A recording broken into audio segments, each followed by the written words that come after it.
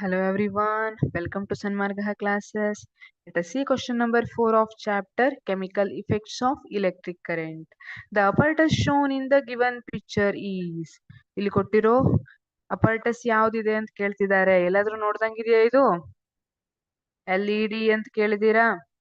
LED bulbs ಕೇಳಿದೀರಲ್ವಾ? So LED light emitting diode full form. ಈಗ ಈ LED ಏನಿದೆ, LED ಅಂತ ಇತ್ತೀಚೆಗೆ ಬಹಳಷ್ಟು ಕೇಳಿರ್ತೀರ. LED TVs, LED ಸ್ಕ್ರೀನ್ಸ್ ಅಲ್ವಾ, ಮೊಬೈಲ್ ಸ್ಕ್ರೀನ್ ಇರ್ಬೋದು, or LED bulbs, indicator, vehicle headlight, ಇದೆಲ್ಲ LED ಅಲ್ಲಿ ಬಂದಿರ್ತದೆ applications.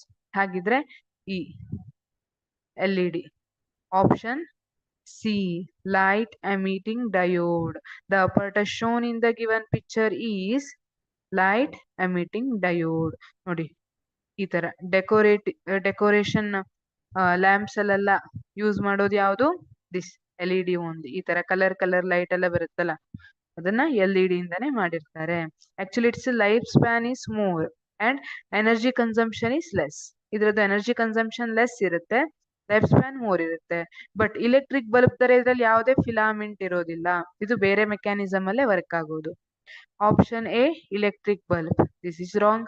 Electric bulb contains filament ಅಲ್ವಾ, ಟಂಗ್ಸ್ಟನ್ ಫಿಲಾಮೆಂಟ್ ಇರುತ್ತೆ. Option B dry cell. Dry cell ಅನ್ನ ನೋಡಿದಿರಪ್ಪ. ಡ್ರೈ ಸೆಲ್ ಎಲ್ಲಿ ಯೂಸ್ ಮಾಡ್ತಾರೆ? ವಾಚ್ ಅಲ್ಲಿ ಯೂಸ್ ಮಾಡೋದು ಡ್ರೈ ಸೆಲ್, ರಿಮೋಟ್ ಅಲ್ಲಿ ಯೂಸ್ ಮಾಡೋದು ಡ್ರೈ ಸೆಲ್ ಅಲ್ವಾ. This is also wrong. D ಬ್ಯಾಟರಿಯನ್ನ ನೋಡಿದೀರಾ?